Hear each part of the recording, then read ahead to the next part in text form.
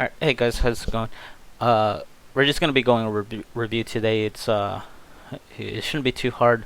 Some of you guys already know how to do this like perfectly. Some of you guys still need a little bit of help with it, especially when we use fractions. And yeah, I believe that we are going to be taking the HCC final, only because it's part of HCC, so they kind of have their own rules. If it were HISD, I don't think you guys would be taking a final. But because it's HCC, we actually have to. We are going to be taking it online, I believe. They haven't really given me information yet, but once I get it, you guys will be first to know. Alright, so these are some questions from the review. They're just linear equations, basically. You take a letter, and you're trying to figure out what the value of it is. Okay, that means that whenever you get the value, if you plug it back in, both sides of the equation or both sides of the equal sign are going to be the same thing. Okay, these are 4 different types. I added maybe 1 or 2 more to these slides, and that way we can go over a few more. Okay, now the main goal of solving equations is to find the unknown value that will make both sides of the equation or both sides of the equal sign equal to each other. I already said that. If both sides don't equal to each other, then that probably means that your answer is incorrect. Okay. And whenever you're given choices, it might be actually better to just check the answers by plugging them in, rather than actually solving for the value. Sometimes, okay, because it might involve less steps. Okay. Now linear equations shouldn't take that much longer, but just in case you're like, oh, I don't actually want to do this problem, you can always check the answers, and you never know. The first answer that you check might be the answer to the problem. Okay, so some of the methods that you want to use whenever you're solving these type of equations are combining like terms. This means the constants and the variables. So all the x squares, all the x's, all the numbers by themselves, you want to add those up or subtract them if they're negatives. You want to be able to use distributing, the distributive property properly. You want to be able to do cross multiplication, okay, and know when to use it. Just because there's fraction doesn't mean that you have to do cross multiplication. Some of you guys have made that mistake before. Simplifying. Okay, so if you have 4 over 6, you want to make sure that you simplify that into 2 divided by 3. It might help you out in the long run. You want to be able to get the denominators to be the same. So if you're working with fractions and you have 2 different denominators, we already went over this with the rational functions. Okay, just make sure that they have the same denominator, and if you can factor out some values and simplify it, then simplify. And then finally, factoring. This is whenever there's more than one variable, or when it's non-linear equation. So that means that it's a quadratic, or it's a cubic function, or it's a quartic function. Okay. In those cases, Pauli factoring is going to be the best way of solving the equation. Okay. So let's go ahead and go over problem number 1. This is from the review. So we have the letter m. That's going to be our variable that we need to solve the value for. And I see a lot of parentheses here. What this is indicating to me is that I'm going to be multiplying a lot. I'm going to be distributing. Okay, and remember distributive property, or hippity hoppity distributive property. So you see there it goes, our value, and it starts hopping around. Okay, so the 4 hops over to the 4m. 4 times 4m is going to be 16m. 4 times negative 5, make sure that you include the negative. 4 times negative 5 is negative 20, so we're going to write down negative 20 right there. Everything else before it stays the same since there were no parentheses. So we have 4m plus 7, and then this is a positive 4, by the way. You see how we have a plus 4? That's why I only multiply 4 times the 4m and only 4 times the negative 5. So that means this is a positive 16. That's going to stay a negative 20. Okay, the 5, we do the same thing. It's a positive 5 times m, so that's going to be 5m. And then 5 times 5, which is 25. Okay, so you guys have heard me say this before. Whenever you're solving this type of equation, make sure that you combine the like terms and isolate the variables. This means that you want all the variables over on one side and everything else on the other side. Okay. For this type of equation, we want this m, and these m's to be on the same side. Now, the 7s are going to go, the 7, the negative 20, and the 25 are going to be on the same side as well. Okay, that's everything else besides the variables. So this one, and this one are going to go on their own side. Okay. One of the things that I've seen people do to help them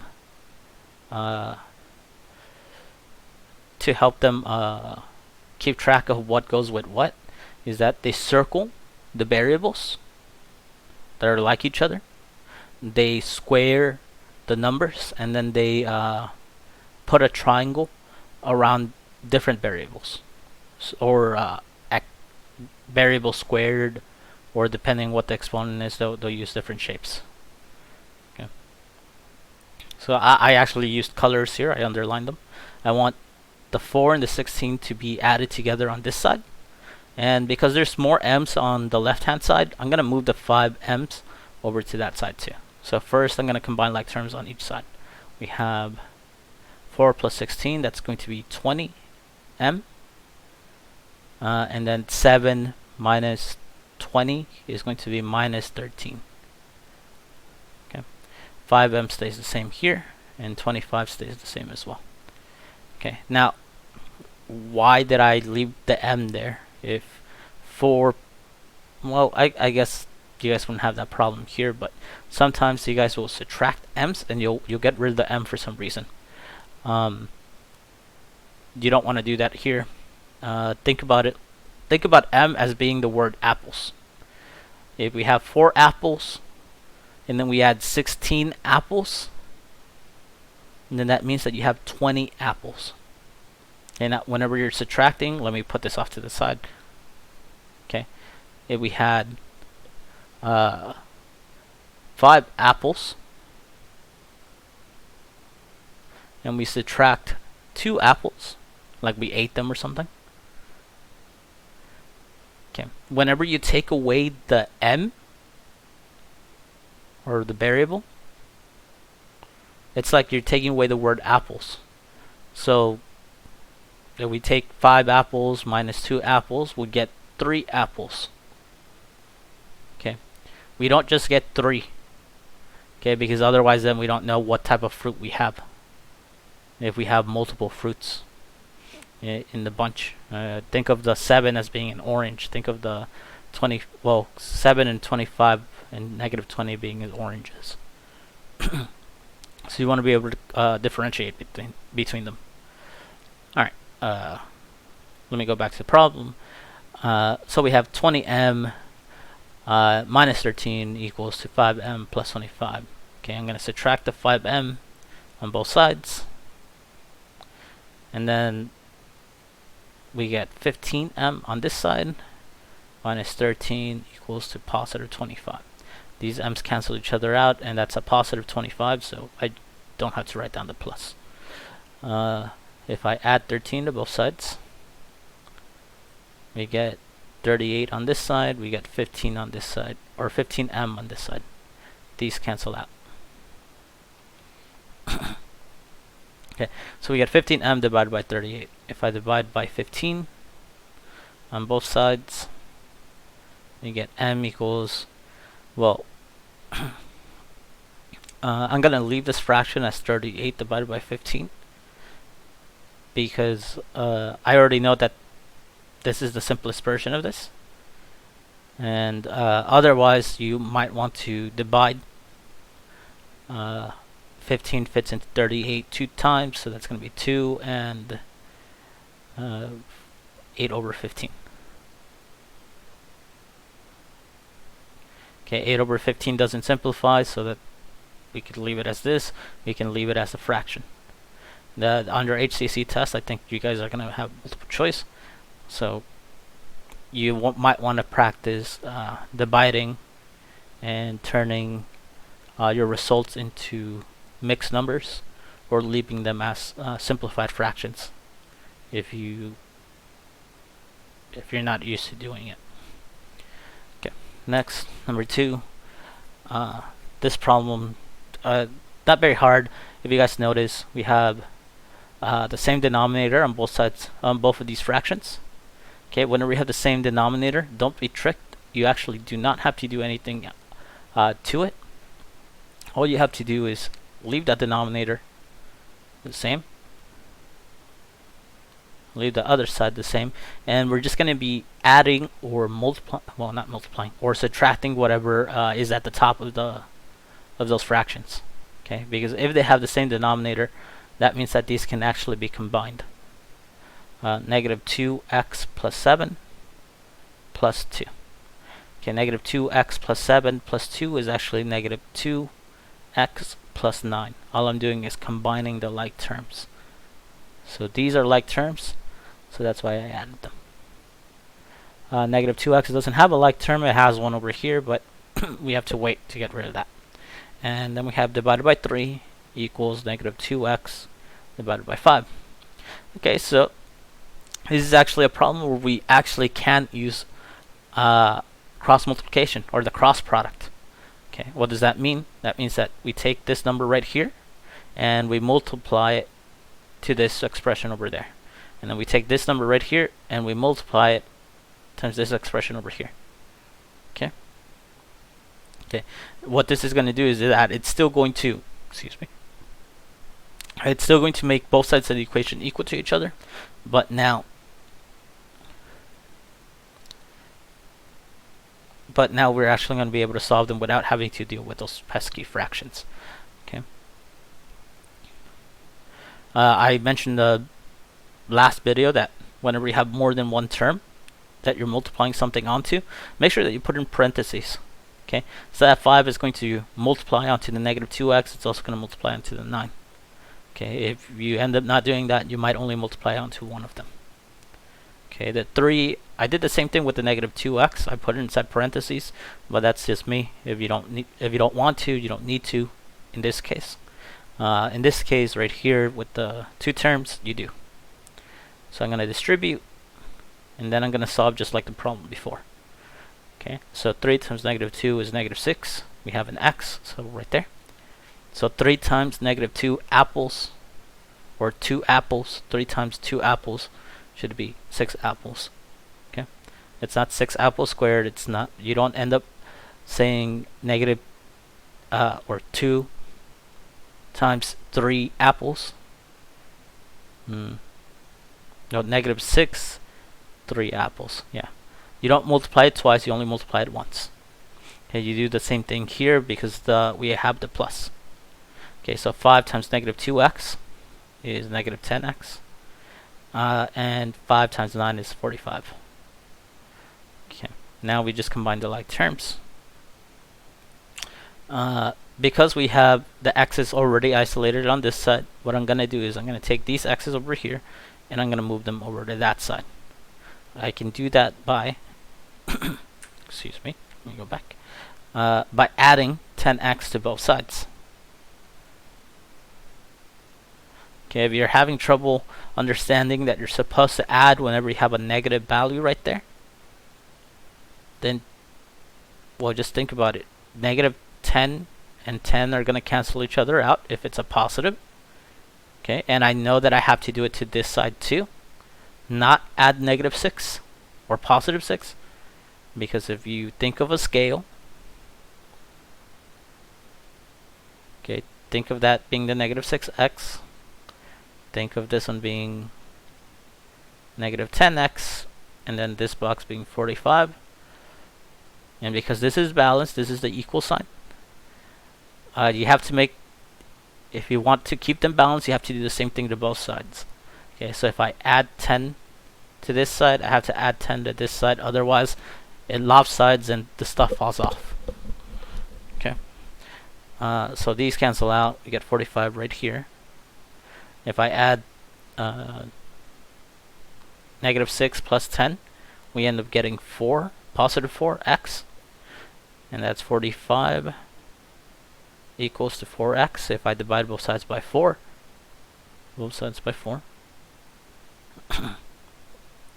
okay, if I divide both sides by 4, we end up getting 11.25 equals to x. You can also say 11 and 1/4 equals to x, or you can even just say 45 divided by 4 equals to x, because this is already simplified the way it is. Okay, 11 1/4 is the mixed number. 11.25 is just a decimal. I tend not to write down the decimals that are repeated, because it's probably better to use a mixed number in that case. Although not a problem if you use just a decimal. Okay, so here's another problem where we have a fraction. Okay, should be pretty quick. I said that one of the methods to solve this type of problem was to take the denominators and make sure that they match.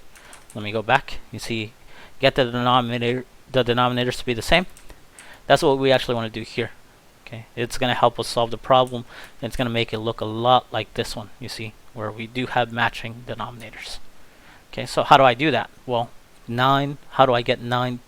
How do I turn that 3 into a 9? Well, if I multiply by 3, I can get it to be a 9. So I'm going to do that.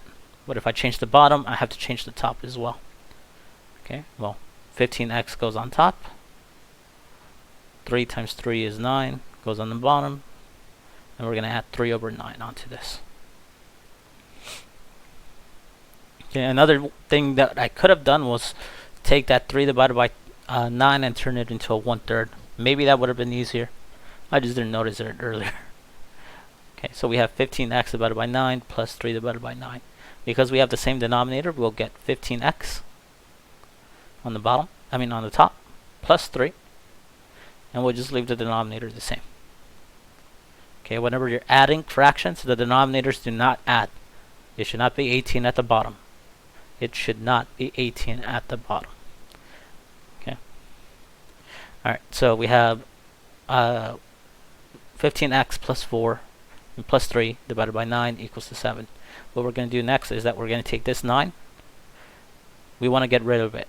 Okay, you're dividing everything by 9, so how do I cancel that out? Well, do the opposite. Multiply by 9. Multiply by 9 on both sides, because it's a balance. You got to make it stay equal. And you do that by doing the same thing to both sides. Okay, now this 9 cancels out with this 9. And we get 15x plus 3 equals to 63. And then from here we just try to isolate the x's and solve for x. We do minus 3 on both sides. And that'll give us 15x equals to 60. If I divide both sides by 15 to cancel out the coefficient, we get x equals to 4. Okay, simple answer. No need to simplify. Well, 60 divided by 15 is simplified into 4, but I don't have to deal with any fractions after that. Alright, a problem like this, you want to basically solve it in the same way. You want to move all your variables over to one side and try to take the constants over to the other. Whenever we have a variable being divided by a number, well, then try to get rid of the constants first. So this minus 8, that's what you want to get rid of first. So I'm going to do plus 8 to both sides. Okay, y divided by 4 is you're going to bring down the y divided by 4. The negative 8 and positive 8 will cancel each other out. And then you take the 14 and the 8, you add them up. That should give you 22. Okay, now we have a fraction at the bottom. If you want to think about this as cross multiplication, you can. Take the 22 divided by 1, it's still 22. Okay, but now it's a fraction, and we can use cross multiplication. We take the 1 and multiply it to the y. 1y. We take the 4, we multiply times the 22. 88. If you want to do this, you're already done at this point. Y equals to 88. But if you're the type of person that needs to get rid of the coefficients like this every time, then go ahead. 1 divided by 1 is 1. But they cancel out. Y stays the same. 88 divided by 1 is 88. Still the same answer. Alright, now a problem like this. What do? Well, first of all, I see parentheses. If it's an equation, if it's a solve the equation type problem, that probably means I would need to distribute. Okay, it's not the only way of solving the problem, so I'm going to do this the other way that you could, that you might have done this. But actually, I think this is going to be the fastest way, so I'll probably skip on doing it in a different way. Okay, so we take the 0.09 x. Okay, I'm dropping the extra 0 because as long as I know that there's a decimal right there, that 0 doesn't matter. It doesn't affect the value. The same thing with this 0.15. I'm going to distribute it, and I'm going to write down 0.15 times x, which is just 0.15x. And then I'm going to take 0.15 times 3300, which is equal to, should have had this ready. Sorry. Oh, 495. Because it's a positive 495, I'm going to do plus 495. This equals to 567. Okay, so what do I do after this? Well, since you have a variable right here, you have a variable right here, and they're the same type of variable, you're going to combine the like terms. 0.09 plus 0.15. Well,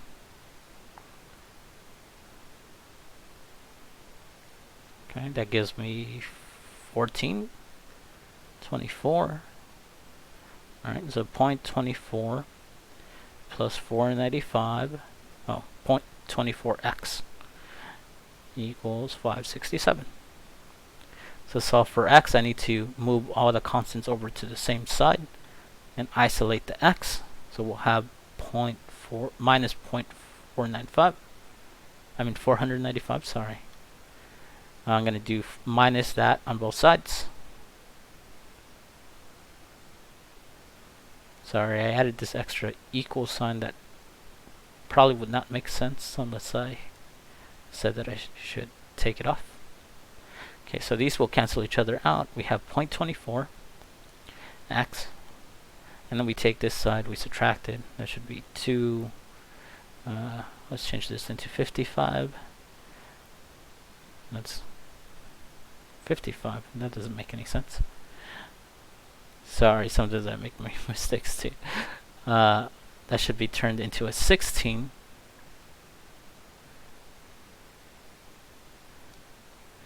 Into a 16. Let me do that again. Oof. Your math teacher can't do math. Alright, so 16 minus 9 will give you 7. And then 4 minus 4 equals 0, so we'll be left with 72. Okay, at this point, what we're going to do is we're going to divide by 0.24. Okay. Okay. Here's a simple trick for you guys to be able to do this by hand. If you take the 24 right here and you move the decimal over twice. Sorry about that. Okay.